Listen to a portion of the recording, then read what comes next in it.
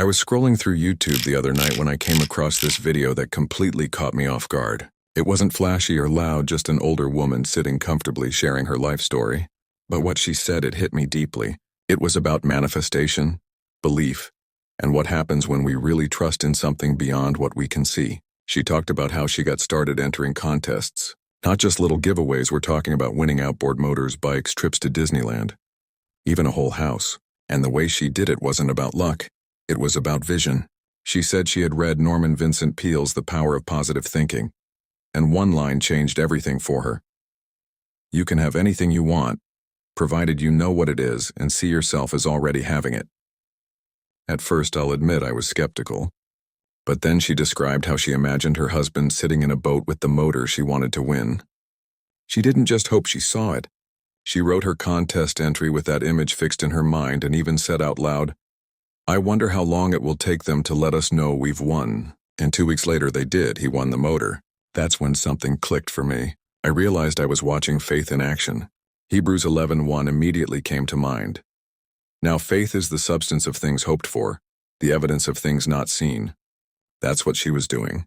Without realizing it, she was practicing biblical faith, trusting in what she couldn't yet see, but believing with her whole heart that it was already hers. She told more stories. A bicycle for her daughter, a boombox, even a dream trip to Paris where she and her husband sipped wine on her 40th birthday, just as she had imagined. There were delays, even disappointments, but she saw them not as setbacks, but as lessons in patience. That part really stayed with me. She said something else that stuck with me. You can have anything you want, provided you know what it is and see yourself as having it. And if there's a delay in results, maybe you just need to cultivate a little more patience. She didn't compete with others. She believed the only competition was her own self-doubt. And you know what? She didn't just speak it, she lived it. At one point she said, "Eventually, if you stay with something long enough and strong enough, it's energy. It's got to come to you. That's the law of attraction." But honestly, it sounded just like biblical faith to me. She visualized what she needed, kept her heart in the right place, and acted like it was already done. I couldn't stop thinking about it afterward. It wasn't about magic or wishing hard enough. It was about aligning belief, words, and action.